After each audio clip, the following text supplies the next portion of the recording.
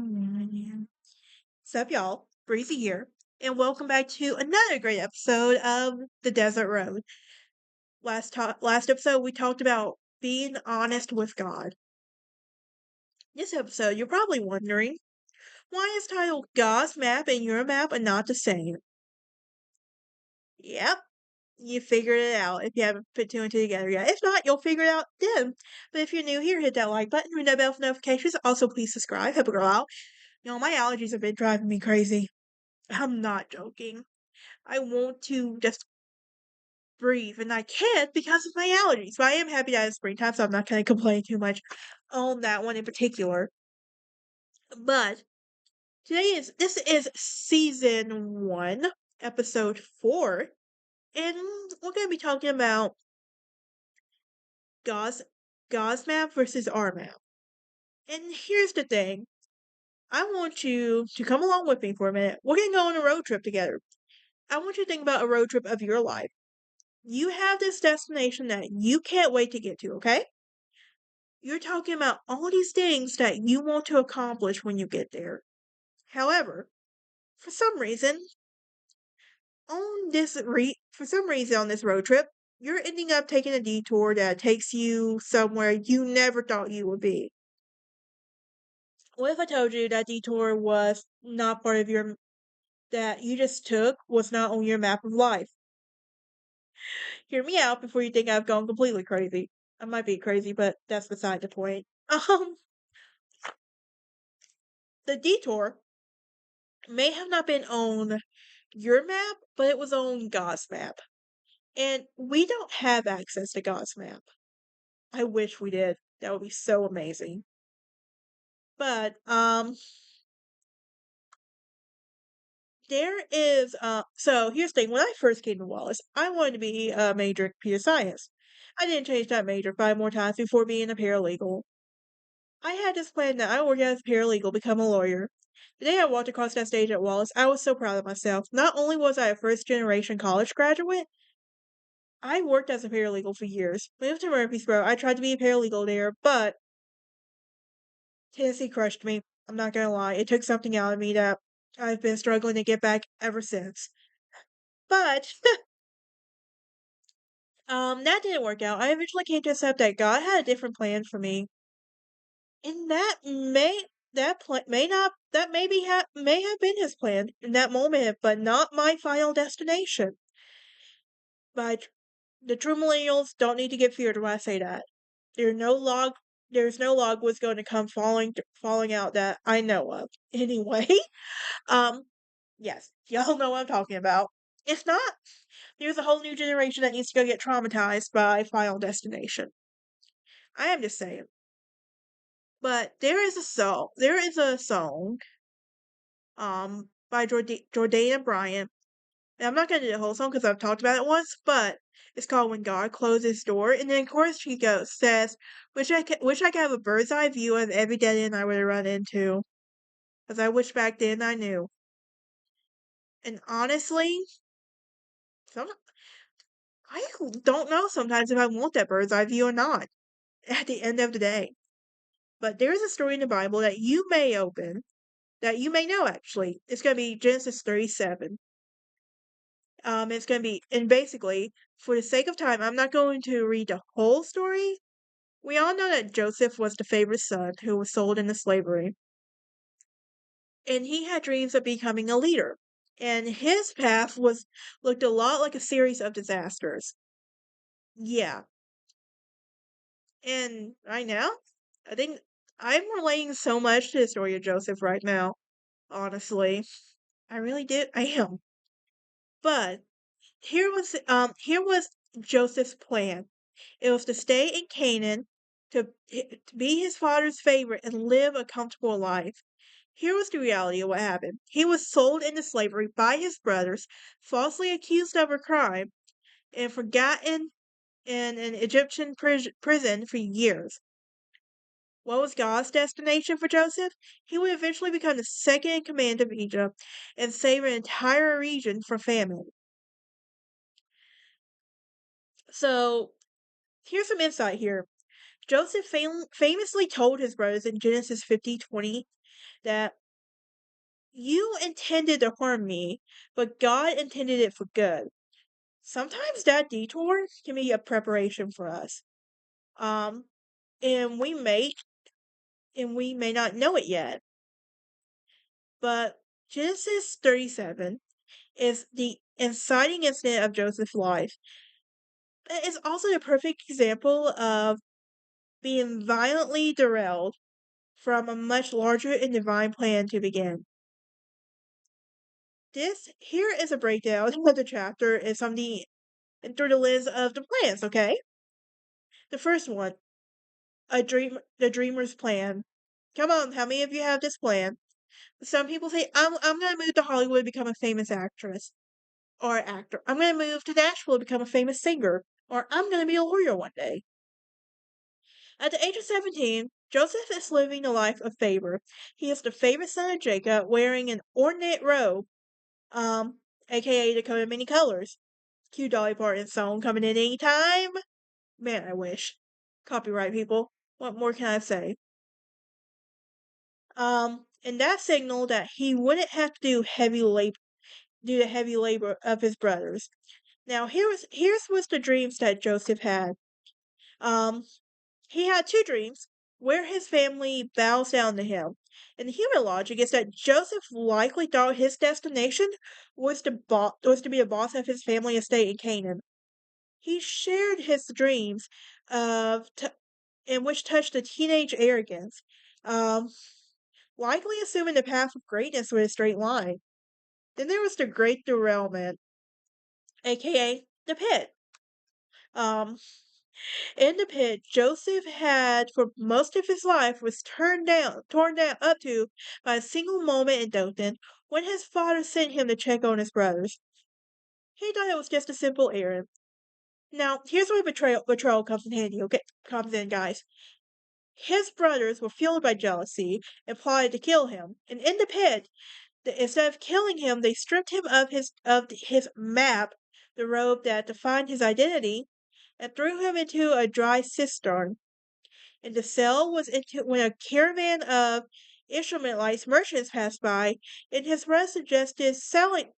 His brother Judah would suggest selling him, and Joseph was sold for 20 pieces of silver. Okay, and there's more, I promise. And the third one is that there was a silent hand of God. If you read Genesis 37 very carefully, God does not speak once. There are no pillars of fire or booming voices. Um, to Joseph, it felt like God had vanished. And here's something that we can observe that this chapter ended with Joseph being sold in Egypt to Potiphar. From the human perspective, Joseph's life was over. He was a slave in a foreign land, but in the grand map of the Bible, this was the only way to get Joseph to the palace to save the world from famine 13 years later. So, there's a point, and here's the thing. This was in the contrast us perspective. From Joseph, let's talk about Joseph's experience for a second. Okay? Um, for Joseph, he was stripped of his robe, he was thrown into a pit, um, he was sold to merchants, and he arrived in Egypt as a slave. Now, here's God's plan in motion, stripping him of his ego and his old identity, protecting him from his brothers in his initial death plot, um, providing the transportation to his true calling, positioning him into a superpower of the world. Wow, think about that. So, God protected Joseph from his death. Yeah, and he literally went from the pit to basically the penthouse, basically, quoting Pastor Paul Hicks, of course. Um, and it was one of the things that Joseph needed to experience. And I do believe, like, you need to be humbled. You really do. But here's a note on the pit, guys. In Genesis 37, the pit was empty, had no water. It was a piece of isolation and despair. If you feel like you were in a Genesis 37 moment, remember that pit was not Joseph's destination. It was just a stop on the way to Egypt. Now, wait for the next turn in the road. Joseph had no idea that his brother's evil action was actually an engine driving him toward his own destiny. Does it feel like you are currently in a pit phase? Or have you already been seeing the Egypt in the new direction, starting to reshape your life? Now, I want to talk about why Genesis 37 serves as a masterclass of tension between human agency and divine sovereignty, and how it teaches us that God's plan often moves forward not in spite of our detours, but through them. So he gives us detours in life. He really does. And here are some great examples. Our plan focuses on the what, while God's plan focuses on the who, okay? It is in Genesis, and the lesson is our plans are often reaching a goal, and while God's plan is often about building a character. And the shift is that God uses his failure of Joseph's comfort to put him into a training ground for of service and humility. Also, God used the evil variables to reach the good ends. What I mean by that is that one of the hardest lessons that we get from Genesis 37 is that God's plan included the free will and even the malice of others, and the brothers plan to get rid of Joseph forever. Here's what I mean by that. Genesis 37:20. Come on, let's kill him, and then we'll see what comes of our dreams. They thought they were stopping the map. And here's the reality of it. Their attempt to destroy the dream was actually the vehicle that delivered Joseph to the place where his dreams would come true. And here's the lesson. No person, no betrayal, no unfair circumstance has the power to veto God's ultimate destination for you. Let me repeat that one more time, okay? No person, no betrayal, or no unfair circumstance has the power to veto God's ultimate destination for you. I'm gonna let that sink in for a minute. Also, the silence of God is not the absence of God.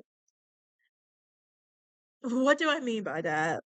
Well, and think about it. In Genesis 37, God never spoke. He never sent miracles, no angels, no explanations, given to Joseph as being hauled away in chains. As Joseph is being hauled away in chains. Now, Joseph doesn't understand this, but sometimes there is more power in the silence that we don't realize. The lesson is we often equate God's plan with God's visible intervention. Well, we were told something completely different, and that God is often the most active when he is silent. Now, here's a detail that I think you need to notice. That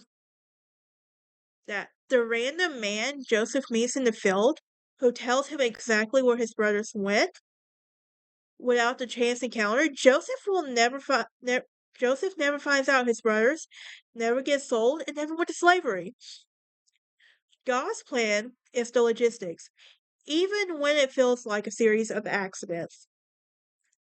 Now, I want to talk about the architecture of the two plans, okay?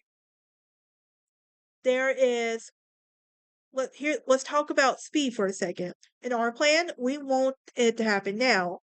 Whereas God's plan, it happens in the fullness of time. The path, the straightest line possible. With God's plan, the path that produces the most growth. And the visibility requires seeing the whole map, whereas God is trusting the next step. In the scope, using our focus on our own comfort, while God's is usually focused on the salvation menu. And also, let's talk about 4, okay? Joseph had to lose his coat so he could gain this. Ugh. He could gain the signet ring. Um, and here's the lesson. When your plans fail and you felt stripped of your status, your resources, and your comfort, you're it is often because God is clearing a way for you and a version of you that can handle the weight and destination He has in His mind. Think about our broken plan right now. We're probably on a broken road right now as well. If you could see Egypt waiting for you in 10 years, what would you be willing to do to endure the pit that you are in today? If we look closely at Genesis 37, it's not just about family drama, but as a topographical map um, of how God's plan works. We want to see a specific pattern. It is a map where the roads are made to make sense, but the destination is firmly set by a divine intent. So, what can this Bible story teach us? In the story of Joseph, teach us? Well, for starters, this map functions as navigating God's plans in our own lives, such as the starting point, okay? Every map has a starting point. For Joseph, it was the dream of the sheaves and the stars. And this feature was the purpose of God, and this conflict was we often mistake the vision for immediate itinerary. And Joseph had his destination, but he didn't have the turn by turn directions. In the lesson, is God shows us where to give us hope, but he hides the how to build our faith. Here's the landmark of it. Um, in the middle of Genesis 37, the map takes a short turn, downward turn into the pit as the wilderness of Dothan. And this is the point of despair for, okay? And this is a moment where your personal plan hits a dead end. I'm currently coming out of that plan. I don't know what my next plan is, but I'm trusting God in the process. Okay, and notice that the brothers threw him into the pit to stop the dream, but on God's map, that pit was the only way to get Joseph to the caravan, which was the only way to get him to Egypt. So what's the lesson? What looks like a detour on your map is often a shortcut on God's. Oh, and then there's the transported caravan. This is the provision, okay? Verse 25 mentions a caravan of Ishmaelites coming from Gilead. And from the map perspective, this is divine timing. If a caravan had passed 10 minutes earlier or 2 hours later, Joseph might have been dead or left to starve. But here's the lesson. God's map includes precise logistical timing. He coordinates random events of the world to meet you exactly where you are, even if you're at your lowest point. Then we arrive at the destination. And this is for Joseph, this was Egypt. And this chapter ends with Joseph being sold to Potiphar in Egypt. To any observer, this looks like a tragedy. But this is, from a map perspective, strategic positioning. Egypt was the center of the known world at this time, where Joseph Gibbs was for administration could eventually save millions. And the lesson was God's map leads us to a place where didn't want to go, but to prepare us for making the task that we didn't know we had to perform. Okay? So here's the thing. How are you reading this map, okay? If you're in Genesis 37. Right now, we are currently excited about so right now here's the things you're going to talk about. There's the exciting about the new idea calling. For us it's the dream, but for the focus it's humility and preparation. Then there's the feeling of being betrayed or stuck, and this is the pit for the human part of us. But where our focus needs to be trusting the navigator even when it's dark. Then there's facing a sudden unwanted change, which was the caravan. And this was looking for what God is transporting you toward. Um, lastly, in this place that feels, for example, where it feels like exile, Egypt. Being faithful in the small things where you are is what we should be focusing on. Okay? Now, here's the map secret. In Genesis 37, the map isn't a piece of paper. This is a character of God. Okay? And he uses his jealousy of the brothers and the greed of the traders and the geography of the desert to move his child from a sheepfold to a palace. Our map is not the same as God's map. We'll never get a copy of that map. And I don't think I want to at the end of the day. But that's how I feel. But thank y'all for tuning in. You can join me next time as we talk about perfection and why we don't have to be perfect all the time.